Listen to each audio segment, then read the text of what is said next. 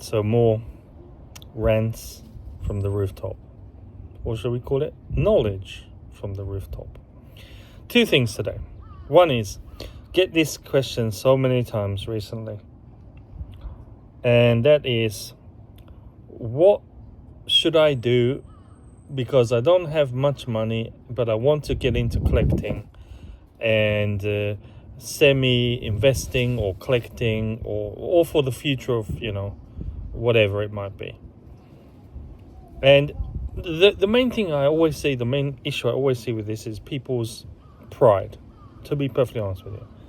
So, for example, right now, you can buy Japanese VMAX cards for Mew or Rayquaza or even Charizard and a few other VMAX cards for like 150 yen. That's like $1, right? Okay? From sets back for about a year and a half to 2 years now. Yeah? Well, maybe a little bit more. Two and a half years, maybe, right? If I'm doing the calculation correctly, right? But nobody wants it. You know why? Because it's $1. No one wants it. No one wants it. But if we go to the tag team RR cards, and we're not talking SR cards or SAR cards, we're talking RR cards, right? We're talking just, kind of regular hit cards, right? You go back 5 years, you go to the tag team cards, and they're selling for ungraded raw, they're selling for $25, $50, $70 for the main three, main four. And the ones below are selling for around about like $7, $8 each. And these are raw cards, not graded, right? And so what I'm saying is, for example, you're just getting into the hobby, you don't have much, liquidity, or you don't have much pocket money, depending on how old you are, whatever you're doing. Then just look at it as a cycle, okay? So look at the VMAX cards, and the VMAX cards now are taken as modern, okay? They are overprinted, fair enough. However, if you choose the best ones from the sets over the last two and a half years, the best ones, and look into those, and you see the prices are like $1 or $2. And if you're in Japan, sometimes like in Book Off, you can find those if they're over, at the moment over capacity, they'll stick those into the 33 yen section, which is about what?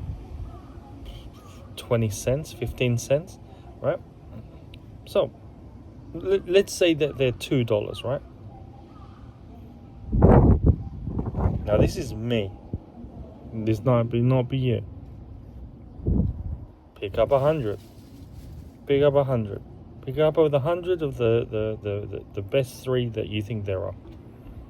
Split it. 33 each way, right? So you got 99, okay, right? And sit on that for 3 years. See what happens. Sit on that for 6 years and see what happens. Stick $200 in the bank and see what it does with it.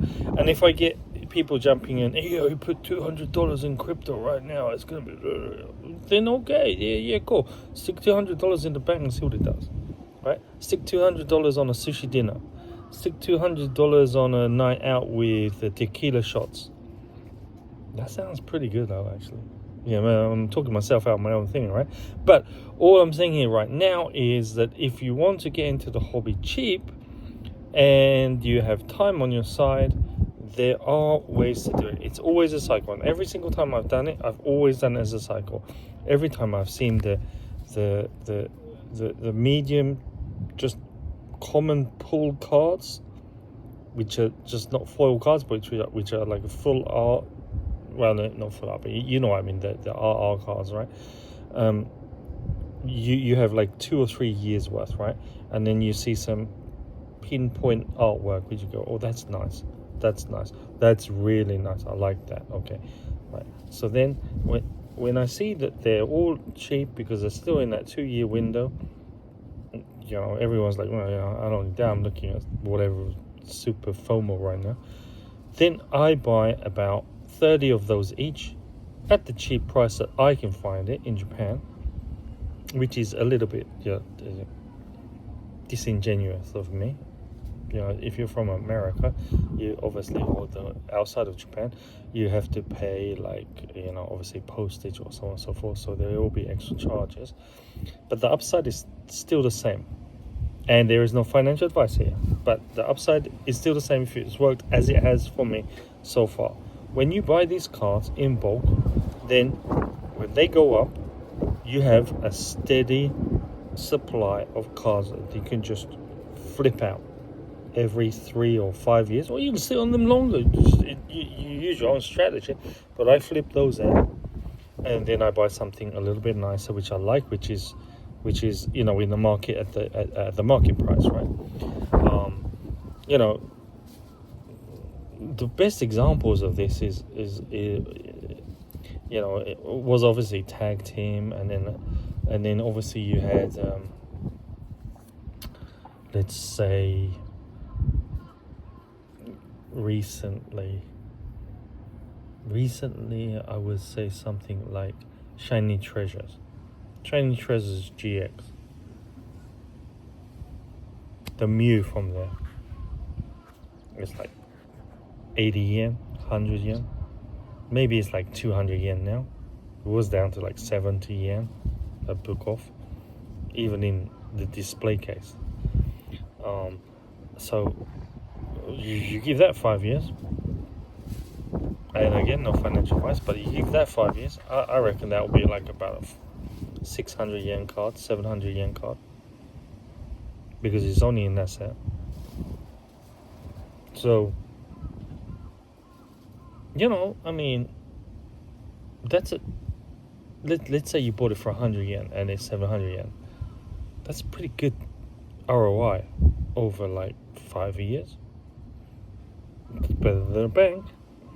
And if you buy in volume and just store it away, and like I said, it's good for trading. It's good for trading after that. You've done nothing wrong, right? If you were gonna stick it, if you're gonna look at it in hindsight, it's a bad investment. Anybody in the world can say, you should have put it into a Roth, or you should have put it into gold or silver, or something, and you're probably right.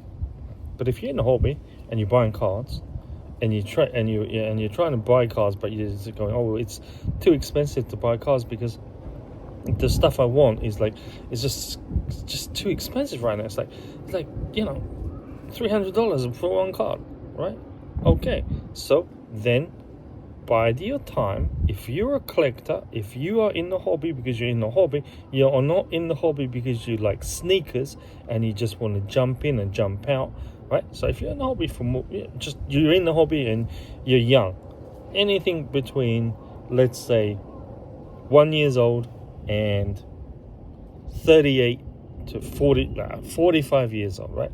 You got time on your hands. If you're an old guy like me, then this strategy might not work, okay? But you can buy cheap cards right now that nobody wants, going back, looking at every single set that's happened for the last 9 years, and you can see, especially with the modern stuff, what goes up safely, and it's always the good artwork. It's always the good artwork. Obviously the rare pulls, right? But you still have to pay for the rare pulls. Even now you have to pay for those, right?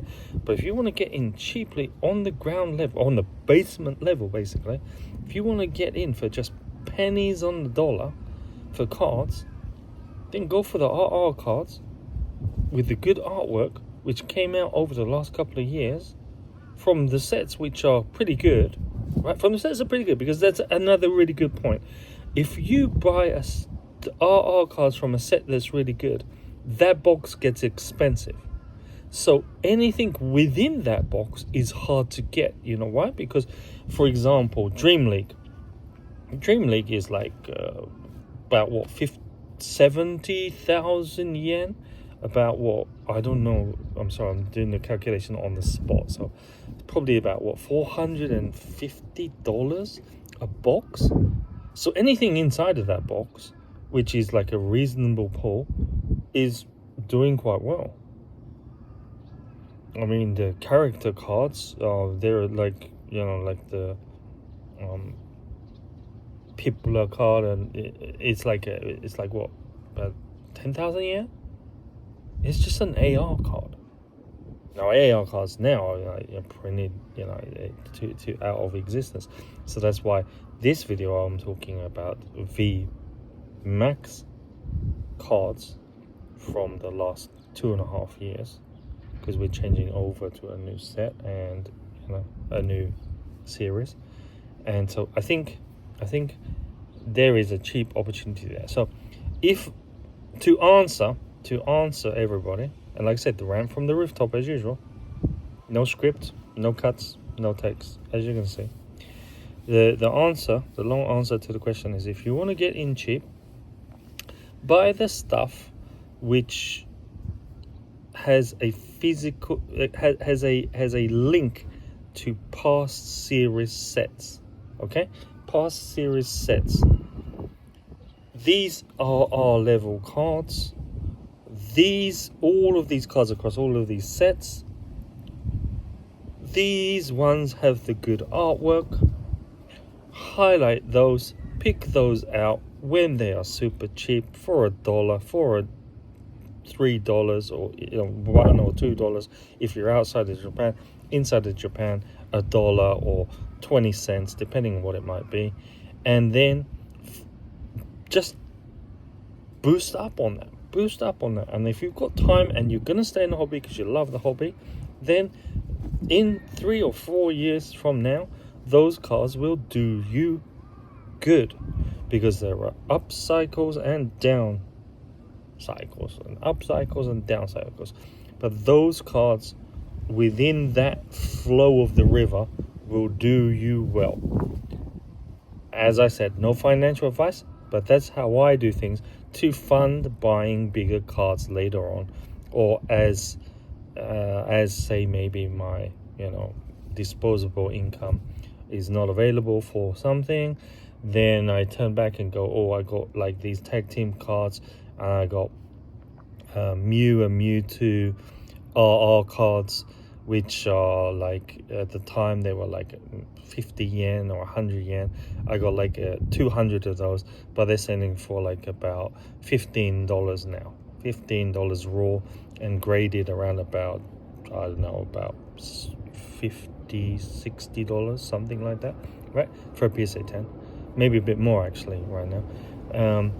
And then I go, okay, all right, so I'll release some of those so I can buy that card or that booster box or whatever it might be. But what I'm saying here is, if you don't pick a point in time to start doing this, then you will never have your wine maturing to be enjoyed at a later point in time. But every single time I talk about this, people, oh, it's junk, I don't want it, it's like, it's super modern and nobody wants it, and it's like super cheap, right? And then like 2 years later, when it's like 300 yen or 700 yen or 900 yen a card, but you bought it for 100 yen, just made like 800-900% ROI. And if you did that on 100 cards, and then you liquidated that out, and then moved that into another card, it's a no-brainer. But like I said, no financial advice, but that's what I do on the lowest level of what I do to fund some of the things that I buy here in Japan. So anyway, I hope that was useful and answered the one of the many questions that I get is, how do I enter the market at the lowest and cheapest point to make money or to fund my hobby in the future? So that's my perspective from Japan. Hope that was helpful, and bye from Tokyo.